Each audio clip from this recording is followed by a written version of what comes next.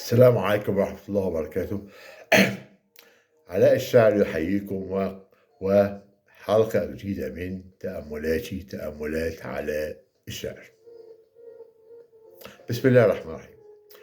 قل يا عبادي الذين أسرفوا على أنفسهم لا تقنطوا من رحمة الله إن الله يغفر الذنوب جميعا إنه هو الغفور الرحيم. حلقة جديدة وتأملات علاء الشاعر. أحيانا تتجمع سحب الكآبة فوق رأس الإنسان ووصل إلى نفق مظلم ظنا منه إنه لا فرار من الضياع، لكن من قلب الصخر فجر المياه ينبثق فجر جديد. هذه هي الحياة. هذه قصتي سأرويها بالنسبة لموضوع الفن وموضوع الشعر، وكيف أن الإنسان لكي يصل إلى مسألة إن هو يكون في مجال الشعر والفن ليه مكانة معينة، ده شيء صعب، يتطلب صدق شديد مع النفس وتطلع المثل العليا.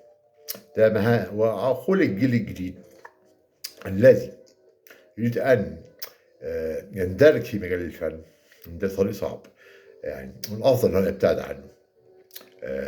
نشوف حكايتي مع الفن وإزاي تكون الإنسان الفنان الداخلي.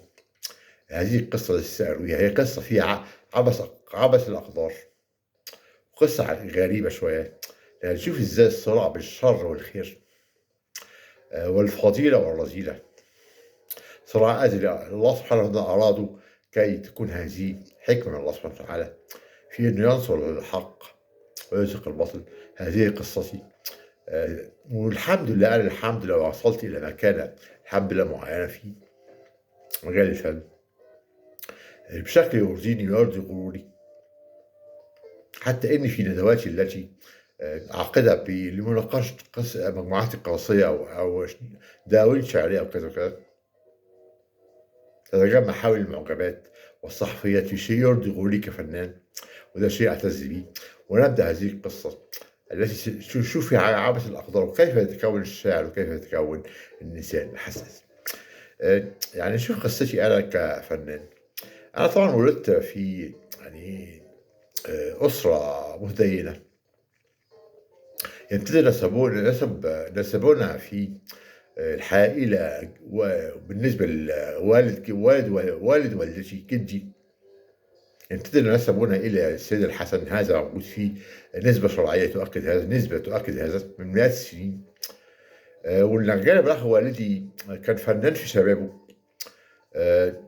وفي عندما تقدم في العلم في النهاية أصبح يرى القانون ويطبق الشريعة الإسلامية.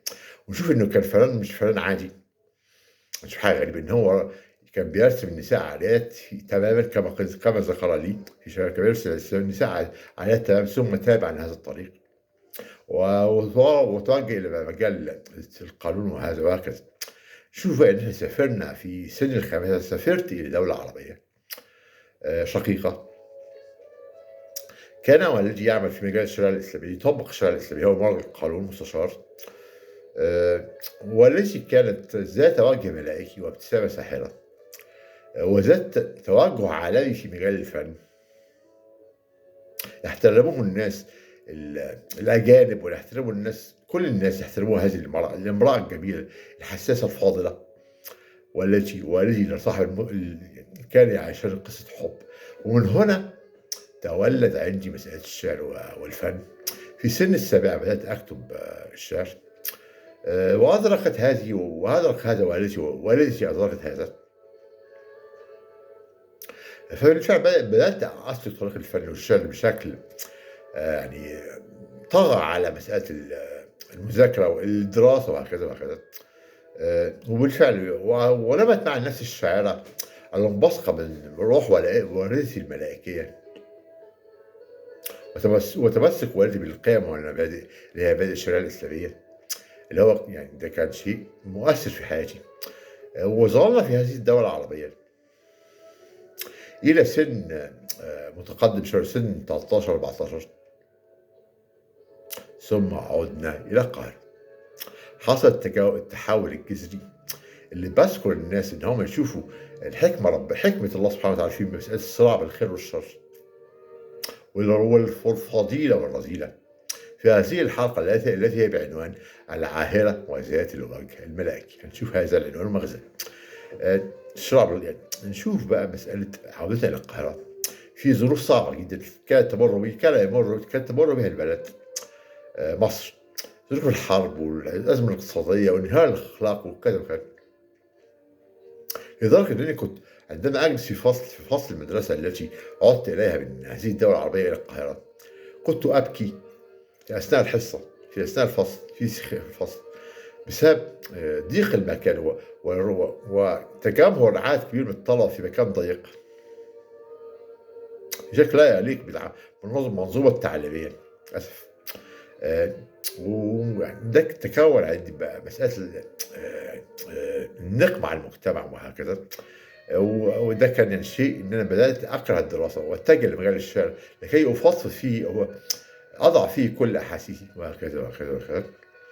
شوف بعد فتره المراهقه كنا نسكن في هذه الفتره عندما عدنا الى القاهره، كنا نسكن في مبنى اللي هو في منطقه مبنى كان فيه اغلبيه الناس فيه مش على ديننا ومش على ملتنا،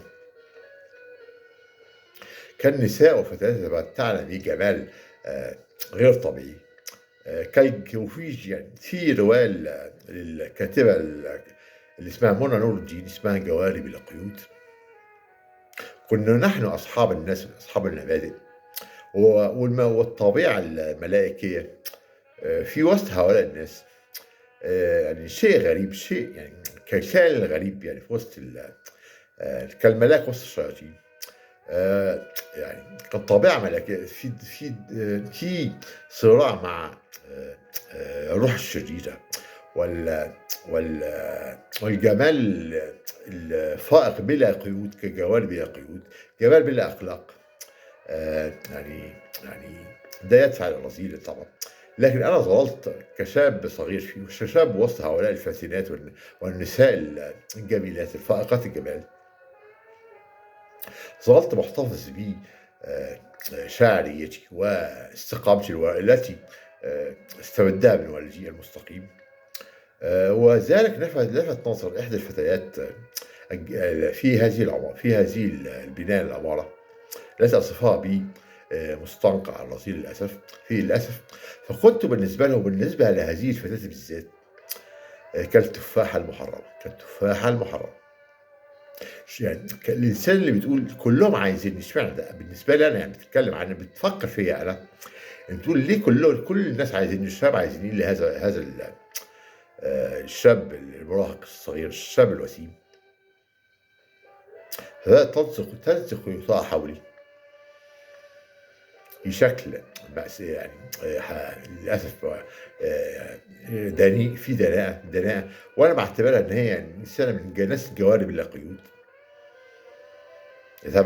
تتمتع بجمال بلا أخلاق، وهي أيضا في بعد مرور السنين من جمالها الفظيع الجميل جدا، يعني عملت في مجال الإعلانات وكذا، وأيضا أصبحت تظهر على أغلفة المجلات جمالها الفائق. هذه المرأة، هذه الفتاة الشابة التي نزلت خيوطها حولي. وده نشوف بقى الصراع بين الخير والشر في مسألة الصراع، ده كلام كله هنشوف بقى مسألتي أنا مع هذه الحياة ومستنقع الحياة وعبث الأقدار. عند وصولي للمرحلة الثانوية وفي نهاية المرحلة الثانوية في التوجيه ثالثة ثانوي، أشارت علي والدتي بإن أنا آخد كورس في الجامعة الأمريكية لتحسين اللغة الإنجليزية عندي وكذا وكذا. وبالفعل وافقت على هذا الاقتراح وهذه النصيحة، والتحقت بالجامعة الأمريكية في موضوع كورسات إنجليزي. يعني في الكورسات دي شفت مجتمع تاني، الناس بيصفوا الأمريكان بأنهم شعب غير منضبط، غير مش ما عندوش اخلاق. لكن شفت الناس ازاي بتحترم العلم، ازاي بتحترم الثقافه، وشفت المدرسات الجميل اللي هم اصحاب الاخلاق الفاضله. صدق مع النفس. والتقيت في هذه الكورسات بفتاة ذات وجه ملائكي، ذات أخلاق عالية رفيعة، لدرجة إنها كانت تترك الحصة اللي هي في الجامعة الأمريكية في إزاء المغرب وتذهب للصلاة، بالإضافة إلى وجهها الملائكي وتفوقها الجم في الدراسة. تحصل على في شيء غريب فريد الدرجة النهائية في كل امتحان أو هوم وورك أو الواجب.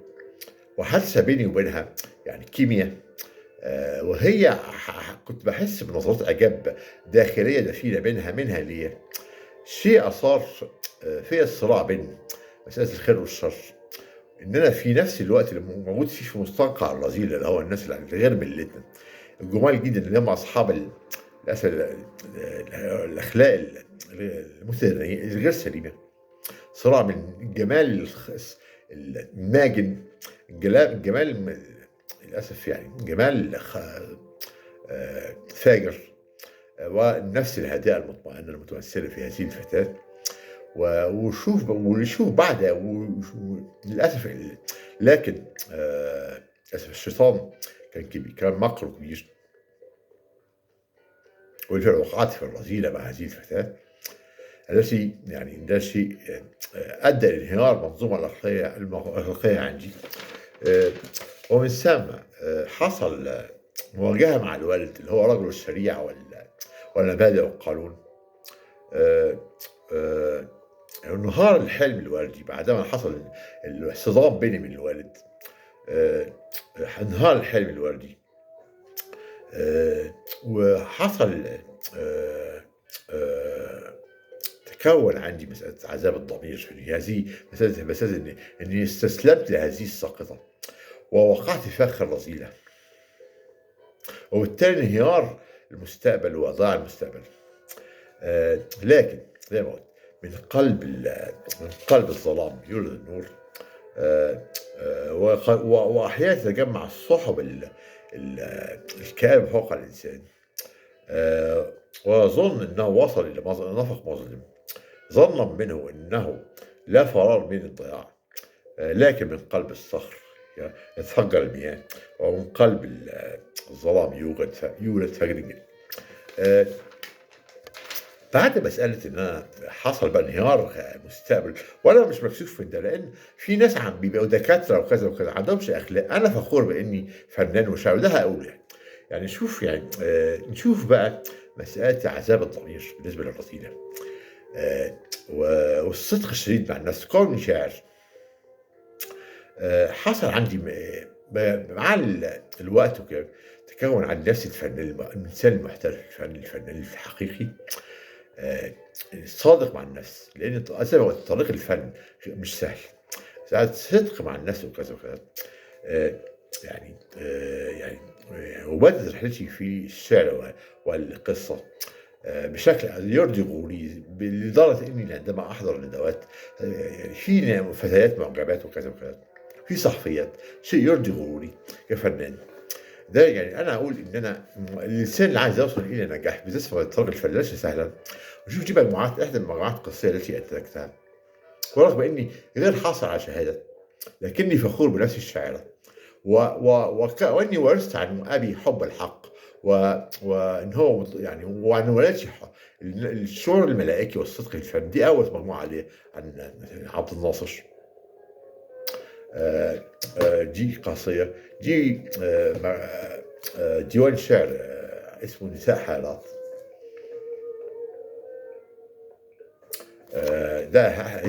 دي انتاجاتي.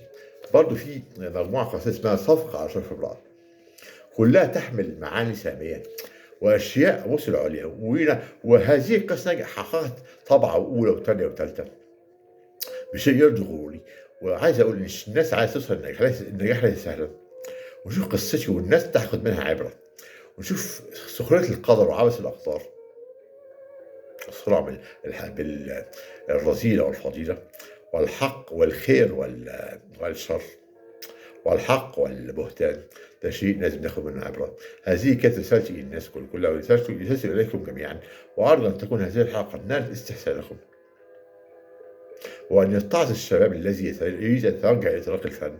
فطريق الفن ليس سهلا، بس لازم يتعذب ولازم يمر بعقبات ومشاكل في حياته.